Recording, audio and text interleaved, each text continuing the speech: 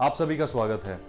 आज की इस वीडियो में मैं आपको एक ऐसा ऑप्शन देना चाहता हूं जिसमें आप उस कंट्री के वर्क वीज़ा के साथ साथ वहां पे बहुत अच्छी सोसाइटी, बहुत अच्छा एजुकेशन, बहुत अच्छा फ्यूचर, बहुत अच्छी सैलरीज, बहुत अच्छा हेल्थ केयर सिस्टम, काफ़ी अच्छा आगे उसका एजुकेशन सिस्टम, ये लाइफस्टाइल, सब कुछ बहुत ही परफेक्ट हो। राइट, जब भी हम वर्क वीज़ा लेते हैं, किसी भी देश का लेते हैं, तो हमारे दिमाग में क्या होता है कि वहाँ पे हमारी अच्छी सैलरी हो। लेकिन अगर अच्छी सैलरी के साथ साथ वहाँ पे सोसाइटी अच्छी हो जो एक्सेप्ट करती है इमिग्रेंट्स को, जहाँ पे पार्शियलिटी बहुत कम होती है, जहाँ पे सैलरी गैप खासतौर से जो होता है काफ़ी कम होता है, और बहुत ही एडवांस सिस्टम होता है जहाँ के लोग अच्छे होते हैं, मतलब ओवरऑल एक ऐसा लगता है ना, सपने जैसा लगता है। राइट, मगर ऐसा नहीं है, एक ऐसा देश भी है। सबसे पहले तो मैं आपको बताना चाहता हूँ कि इस देश के आने वाले समय में वर्क वीज़ा बहुत आसान होने वाले हैं। आने वाले समय में अभी से ही मैं आपको बता रहा हूँ कि जैसे ही इसका वर्क वीज़ा इंडिया में ओपन होगा, तुरंत आप उस पर अप्लाई करने की तैयारी कर सकते हैं। सबसे पहले उस देश का नाम है फिनलैंड।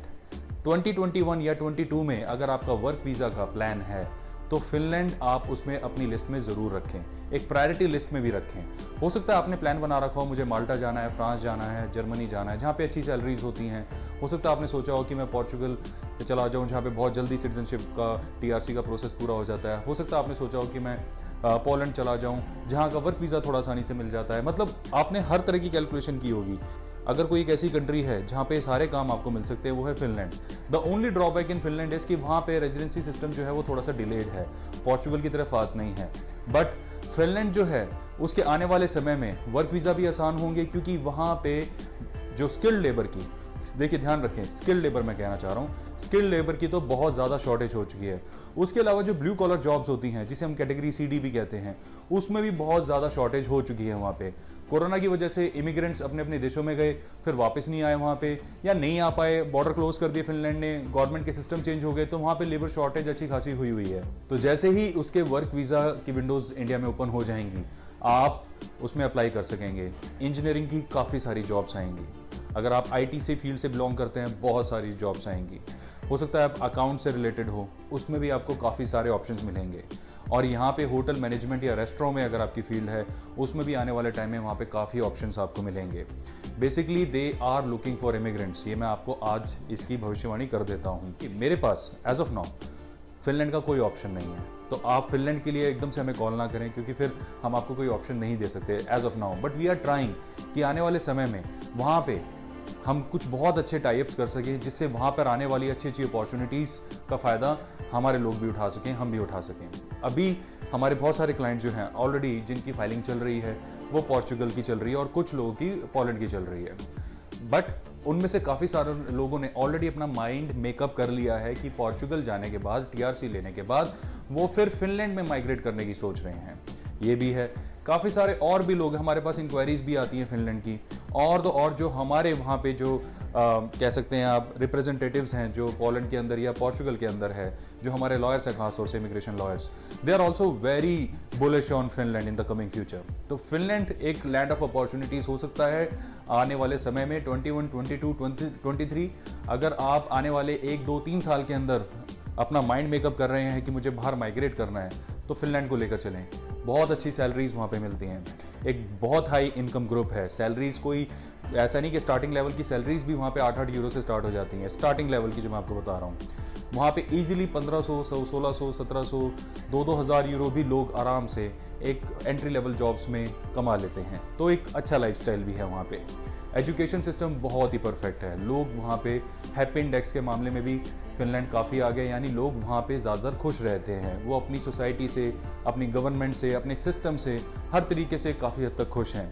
करप्शन वहाँ पे ना के बराबर लगा लीजिए, जो वहाँ पे क्राइम है बिल्कुल ना के बराबर लगा लीजिए। एक अच्छी अपॉर्चुनिटी फिनलैंड आपको दे सकता है। लेकिन फिनलैंड का वर्क वीज़ा, जैसा मैंने कहा, आसान है, बट आपके अंदर वो स्किल्स होनी चाहिए। अगर आप ये सोच रहे हैं कि मेरे को कोई एंट्री लेवल जॉब्स फिनलैंड में मिल जाए, वो पॉसिबल है, बट उसके लिए वहाँ पे बहुत अच्छा आपका रिप्रेजेंटेटिव होना चाहिए, जो आपके केस वहाँ पे प्रेजेंट कर सके। और साथ में एक स्पॉन्सर्ड एम्प्लॉयर चाहिए आपको, जो आपके पूरे केस को स्पॉन्सर कर सके।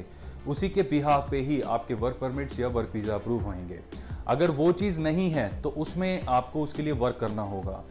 हमने फिनलैंड के ऊपर अलग से वर्क वीज़ा की वीडियो भी इस चैनल पे अपलोड की थी। आप इस वीडियो के बाद उस वीडियो को देख के आइडिया ले सकते हैं कि वर्क वीज़ा कैसे मिलता है।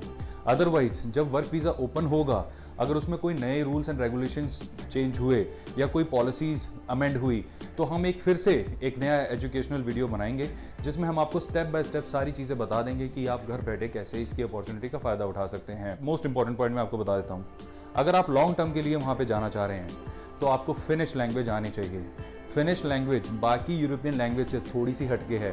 जैसे जर्मन, इंग्लिश आपस में मिलती जुलती हैं, स्पेनिश, पोर्चुगीज़ आपस में मिलती जुलती है, फ्रेंच, इटालियन में भी काफ़ी रिजेंबलेंस है।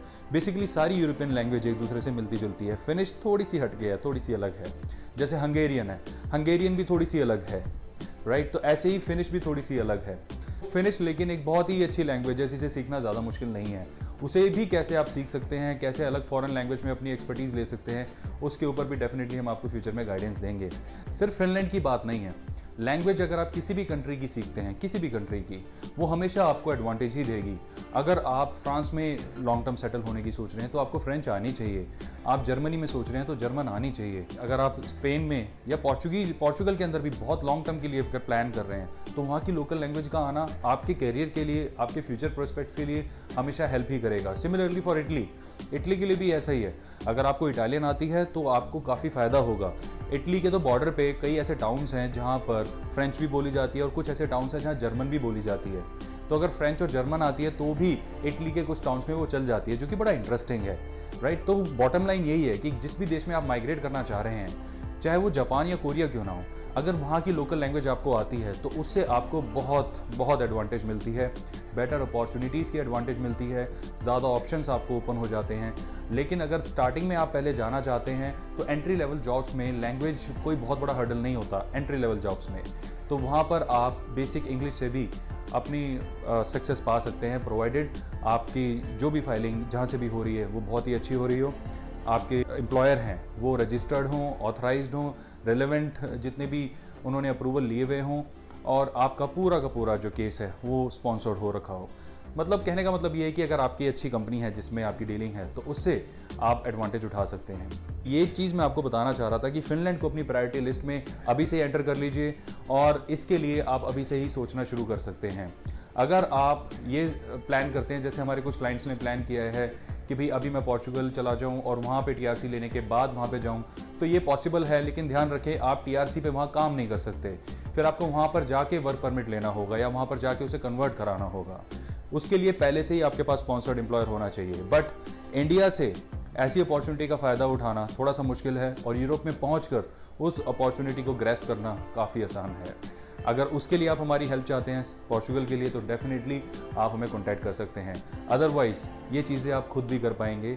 आई एम जस्ट वेटिंग कि एक बार ये वर्क वीज़ा विंडोज़ इसकी पूरी तरीके से फुल फ्लैश्ड ओपन हो जाए। अभी तो बिल्कुल कंडीशनल ही है कि बहुत ही जो सीवियर केसेस में ही वो वर्क वीज़ा अप्रूव कर रहे हैं। जब ये फुल फ्लैश्ड ओपन हो जाएगा तो डेफिनेटली इसकी फर्दर गाइडेंस लेके मैं आपके पास आऊँगा।